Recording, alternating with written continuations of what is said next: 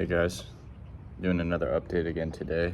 I am once again kind of coming to you from the picnic table area that I was in last time. There's a little lake over by me. I was trying to get it in the camera angle, but it's kind of tricky to get a good angle without a tripod over here. Maybe one of these days I'll bring one out here so you guys can kind of see. It's a really pretty area. I've been walking here a lot recently to kind of get my mind off things, and especially in the mornings, I find that my cortisol levels feel a little higher in the morning, so sometimes I'm, feeling a little more like stressed out about the tasks that I have to get done compared to the evening. So it's good to get a walk in, even if it's short every day. So yeah, today I wanted to talk about a specific topic that I've gone through just a little bit on some of my past videos, but I'm going to go into it a little bit more in depth today and share some insight that I have. And what that topic is we're going to talk about the voice of fear. So on my channel, you might have noticed in several past videos, I've talked about how we have these different voices in our head, and everybody has these. The difference between one person and another is not that they don't have these voices, but it's more like at what percentage or how much are they acting on each of these voices.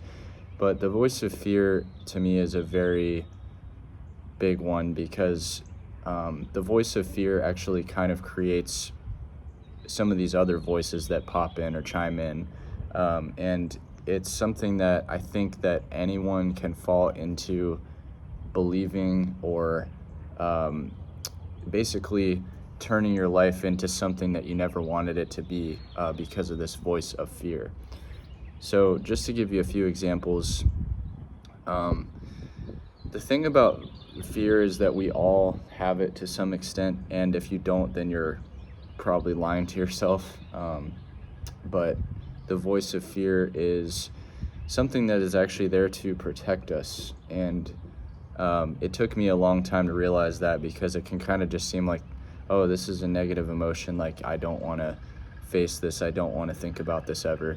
But you do have to recognize that when you have fear, it's not inherently bad. But what is bad, or what can be bad, is if you allow yourself to believe those thoughts internally and let it sink into your subconscious, and then you make decisions based out of that fear. So here's a few examples. Let's say that someone is a recovering alcoholic, and maybe one of their worst fears is that they will get back into drinking and they'll turn into their parents or something like that. They're worried that basically they are somewhere deep inside of themselves, they believe that their identity is an alcoholic, but they're just kind of like trying to get away from that identity, and that's like one of their worst fears. So there's kind of two routes that you can go with that. It's totally normal fear. I don't think anybody would want to go back to something that has been damaging them. But okay, so here's two paths that you can take though. So if you have that fear, one path is that you can redirect your focus, and you can actually focus on not that fear, but you're actually focusing on like feelings of excitement and feelings of positive energy that maybe you're getting from playing an instrument or doing art or something like that. So anytime that they feel that fear, they acknowledge that the fear exists, but they choose to focus on the other thing, because they know that it's not healthy to focus on the fear too much. But you do need to acknowledge it, and that's a healthy point of view. Now, and the other point of view seems enticing at first, because it seems like you're working on it, right? So the other point of view is that you are putting all of your energy into running away from what you're afraid of. And when you're doing that, it does seem like you're being productive because you're trying not to become the alcoholic. You're trying not to allow this to become your identity. But the problem with this is if your focus is primarily not on bettering yourself in these other areas or focusing on things that make you happy instead, you're actually still kind of focusing on what you're afraid of. And this can cause a few things to happen. So if you're focusing on what you're afraid of, and even if you're kind of like pushing it and pushing it back in your mind over and over again, you're like, okay, I'm not going to think about alcohol, I'm going to do this other thing. And you know, even when you're doing that great thing, you're like, oh, I'm doing a piece of art, so I'm not doing alcohol. That's great. So, okay, what will start to happen after a while, though, is that at some point, you're going to have a moment of weakness. And when that moment strikes, if your focus has been only on not doing that thing, then suddenly, you know, because that's sort of been in the back of your mind that whole time, when that moment of weakness happens, it's going to come back a lot stronger because in a way you've still been reinforcing it that whole time.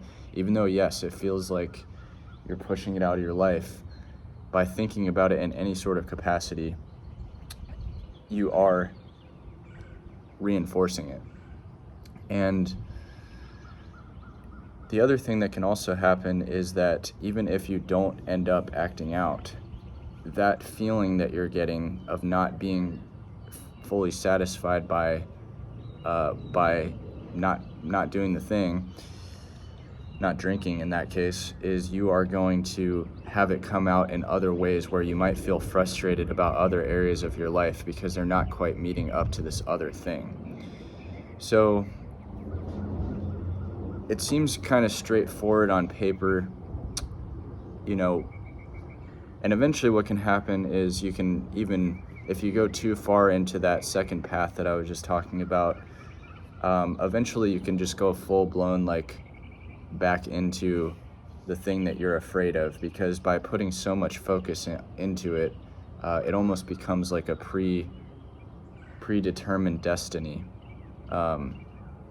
So it's a hard question to answer, but you know, something I've asked myself a lot, and this doesn't even just apply to the PMO stuff, but it also applies to like anything you're trying to do with your life. Like if you really don't want to be someone who is lazy, you know, if you're only working out because you don't want to be someone who's lazy, then it's not a very sustainable motivation.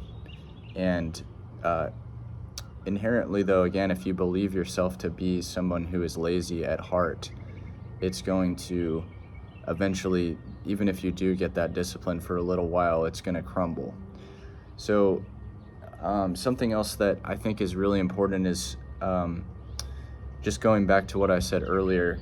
When you do feel afraid of these things, like for me, sometimes I have in the past like been afraid that like I am not someone who can that I'm not someone who can overcome the PMO stuff. And that's been a fear of mine before. And I've found that when I'm focused on that all the time, when I'm like, oh, I really don't want this to happen, I really don't want to like slip back into this routine, then that's actually when I'm like twice as likely to slip back into it, because I'm just like constantly thinking about it. But what I've noticed, and kind of like what's helped me the most, is when instead I have walked out of the house and I've said, what would be the thing that would actually just make me feel like the most happy right now that is a healthy habit? And sometimes that might be going to the pool, which I did a couple days ago. It might be going to the beach. It could be hiking, or it could be anything.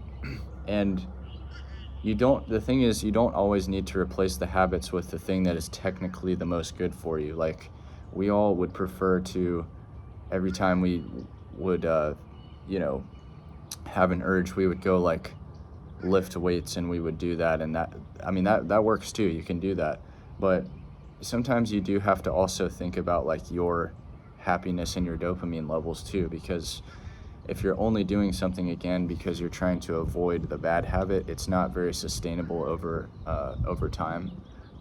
So you can still create working out as a routine, but you have to make sure you're not just doing it for that reason, that it's actually because you want it to be like, you want to be in shape and you believe yourself to be someone who should be in shape. And I think that's really the core of what I'm trying to say here, is you really have to just know why you're doing things. And when you have that voice of fear, this is the other thing I was going to get to. So when you do feel those feelings, and they will happen, like sometimes I think we all have this feeling where, at least I do, like when I have a thought and it's like, oh, like maybe this is just like who I am, or like maybe I'm not good enough to do this, or maybe I don't deserve to like do things that are better than this. And we have these thoughts that are from that voice of fear, kind of like trying to almost convince us of something like that. And when you have those thoughts, you don't want to push them away and ignore them. That was a mistake I made for a very long time, actually. You actually instead want to look at it almost from the point of view of being like a scientist, and sort of like pick it apart and say, okay, like where is this really coming from? Is there some kind of like deeper fear or thing that I'm believing about myself that is not true? And what I've found whenever I do that is that it actually disempowers that part of your brain, because it might be something like, oh, like, maybe I'm not feeling good about myself right now because I am not confident about my body physique or something like that, or maybe I feel like I haven't quite met those goals that I wanted to meet. And if you feel like that, then even more reason to get into the gym or to go exercise. But if you have to switch the narrative a little bit, because again, if you're kind of believing that narrative of the voice of fear, it will feed you things that are going to try to convince you to act out, or to kind of like give in to what you're afraid of. So I think the first step is always recognizing it, and then you've got to kind of investigate it a little bit, like really try to think about, okay, where are these really coming from? And then kind of the last step of that is going to be to take those thoughts and to try to nurture them. And not, I don't mean nurture as in like reinforce them. I actually mean the opposite. So you have to like give yourself another belief to replace it with. So like, for instance, in that case, it might be, I'm not someone who does that. I'm having these thoughts because I am in recovery and it's something that is not a part of my life anymore. So you kind of have to look at it from that point of view a little bit. But anyways, that is all I have for you guys today, and have a great rest of the day.